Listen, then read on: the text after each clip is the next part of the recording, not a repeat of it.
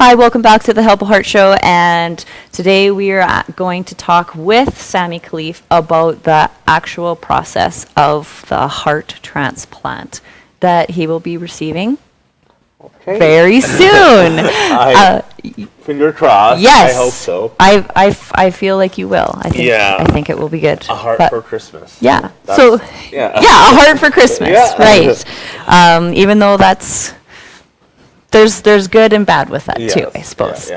But Sami, so what happens? Bring us right through when you get the call to come and have the transplant. What happens? Well, even before what happening right now, it will lead to me getting the call. Mm-hmm. So to be listed on the heart transplant, there is a certain criteria that you have to meet. For example, your lifestyle is there's a microscope, so they would not give you a heart for someone that's not going to take care of their heart. Right. So you have to prove that you're worthy of taking care of this gift. Because with the rejection and the anti-rejection drugs, it doesn't take much for it to be rejected by your body. So if you have a poor lifestyle, or you're most likely to have the heart being rejected and by your body, and that would be a waste of two people and taxpayers and everything else. Right. So they want to make sure you're not worthy, but you are capable of taking care of that new gift that's been given to you, that new chance. Right. Yes. So they look into that. They look into the VAD machine, if it's something suitable for you. Okay, so explain to everybody what the VAD machine is then. The VAD machine is an ventricular assisted device. So it's very much the easier way to say it. It's a fake heart. It's a machine that acts as a pump or as a heart. So it does the pumping for your heart. But there is risk associated with it because it's a mechanical item that going to be implanted, part of it in your body and part of it out of your body. So if your condition is so bad and you're not able to talk and you're intubated so they will go with that to just keep you alive till they get a heart. But in my case, they felt that it won't beneficial me because they believe a heart is coming soon. Okay. So because, and why do they believe that? So based on biopsies and testing and body size, blood type, there's many factors. Right. So I'm not too common in that category, but I am common enough that they believe the 3 months that already passed are enough. So we're looking at December as hoping, and that was the first time they ever gave me a time frame.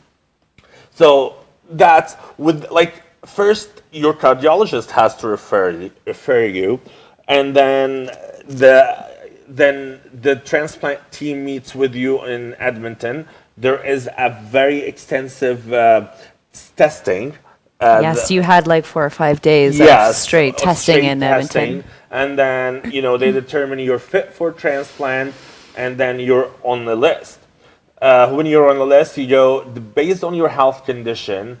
You go to Edmonton either once a month or once every 2 weeks. Okay. Obviously,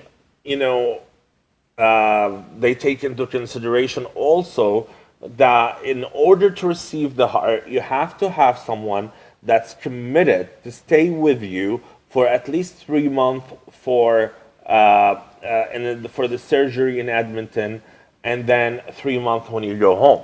So you're looking at least 6 months of caregiver required. Being single, not having any family in Canada, I didn't have that. So I had to bring my sister from overseas in order to be here with me, and in order to be eligible, she had to be here. So. Oh, so even to be accepted to be part of the transplant, they need to know you have a caregiver. Right. Because without a caregiver, there is no way any system can take care of you, and you're most likely to mess up your new heart and end up with rejection or needing another heart. Yeah. So they look into a lot of all the sides, and they looked into your psychological level or psychiatrist assessment, psychological assessment. You know, are you motivated enough? Are you enjoying your life? Are you willing to go through the recovery period, which is anywhere from a year to 2 years? So are you going to be patient enough? And Right. yeah. So that's the process to get listed. Yeah, and that's a lengthy process Yes. as well, which was a bit expedited for you because Of the deterioration of my heart. right. So yes, my heart is not deteriorated enough to have a VAD, but it is deteriorated that I need a VAD. Now, they don't want to put me through 2 surgeries at once, like, you know, get the VAD and then next month get a heart. That's where holding the VAD came from. Now, in any case that, you know, it's become worse than it is, I would end up with a VAD. Right. So So you are actually eligible for a VAD right now. Yeah. But because the team feels that a heart will become available the next month, you have yes, like they feel decided that to they just feel- wait because yeah, you can't have, am I right in saying you can't have both surgeries within the same year? That's Is correct. that right? So having, yeah, like I'm required a VAD. I need a VAD, but because of the fact that they believe a heart coming soon, it's not worth it. Right. To, you know, when you put the pros and cons of it. So yeah, so I am on the list, and being on the list, I can get a call any minute. So let's say I get a call now. I answer my phone. Okay, I have 35 minutes, me and my caregiver, to be at the Swift Current Airport. Right. So that 35-minute window, so that's usually they tell you you have to be within 35 minutes. So they tell you to go to the airport, see how far it is from your home. If you're traveling to Regina, always make sure you're like 35 minutes from Regina Airport, 35 minutes from Moose Jaw Airport, you know? Right, yes. So depend where you are. 35 minutes is not a lot to get ready and run. No. Yeah, So you but- must have a bag Yes, packed or you're I- already ready there to is go. There is a pack ready, and oh, sorry, the mic kept playing. There we go. Yeah. So there is my pack is ready, and my caregiver's pack is ready. For example, if my caregiver went away, I have to replace her with someone, and their pack should be also ready. And so you get the call, you go to the airport, they fly from Saskatoon, and they pick you up and fly you to Edmonton. Right. So you get there, they start the therapy of wiping your immune system, and so they don't want, you know, your heart to be rejected by your body, so they look into that. And then you go to surgery. You come Okay. out. You come out in the coma.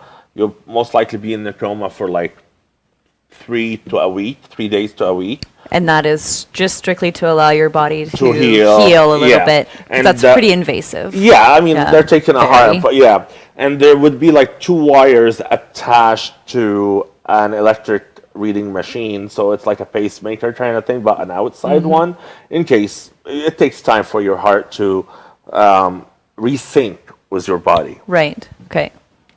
So it's just allowing. Yeah, and then you wake up, you're in the ICU for a couple of weeks, then regular floor for a couple of weeks, within the hospital parameter area for 3 months, and you know you have to do blood work every other day.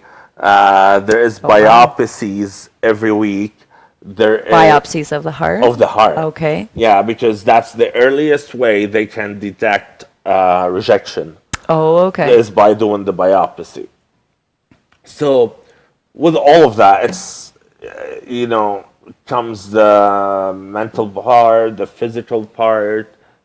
It's a long process, It and is. I guess that's why they do a psychological assessment to see if you're motivated enough to go through it. Right. Because you can easily give up. You're like, I'm not doing it anymore, and Yeah. now what? You wasted a heart. Yeah. And heart is not like any other part of the body. They're not easily donated. No, you they're know? not. Yeah. And it's a gift that you don't You don't want to They don't want to waste. yeah. Yeah, I mean, a gift can change many people's heart, many people's life. Yeah, it and is life-changing. Yeah, and they don't want to give it to someone that doesn't value the life and the chance that given to them. Yeah. And which is fair. Yeah. Yeah. And you do. I can see that. That Yeah, I hope so. you to have a new heart would be, Yeah. would be amazing. Yeah. Well, as I said, I'm hoping for a heart for Christmas. That's what Yeah. they anticipate, but things can change, you know. So what happens after that 3-month mark? So you're in the hospital for a month, then you're out and you're in the surrounding area because you have to have blood work every second day, Yeah, and also. biopsies fairly often. Yeah. So after that 3-month mark in Edmonton, then are you allowed to come back to Swift Current? Yes. Okay. So yeah, I And- come back to Swift Current, and then I have, based on my improvement, so it start 2 weeks. I have to drive to Edmonton, and then once a month for life.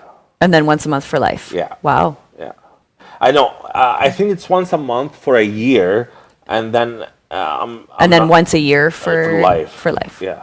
Yeah. Sorry. It's okay. Yeah. Once a month. I'm like, oh wow, if I ever need anything from IKEA, I'll just be calling you. No. Yeah, no, that's okay. That's pretty interesting then. So you're gonna get back, and then it's how often are you gonna have to give blood? So after all of this is done, like Yeah. say a year has passed, then are you still gonna have to like give blood monthly to make sure that that doesn't happen, or are you past the point of which your heart would probably reject? It all depends On how well it's how going. well you do. Okay. Your heart at risk of rejection at any minute. It doesn't matter if it's today or it's 10 years Right. from now. So that's where the anti-rejection drugs play an important role. Right. And that's why they want to give it to someone that can afford them. Right. And someone that can actually take care of that heart. With that being said, I think we're coming, or this episode is coming to an end. Yep. So, Yeah. So that, I guess, is the whole heart transplant in a nutshell, and sort of that's sort of what you're looking at. And yeah, I hope people learn from this process that we're going through. That's why it's videotape. Yeah. Or encourage someone that going through the same process. But yeah, thank you so much. Thank you Yeah. everyone for watching, and we'll see you in the next episode. yeah, sounds great. Thanks.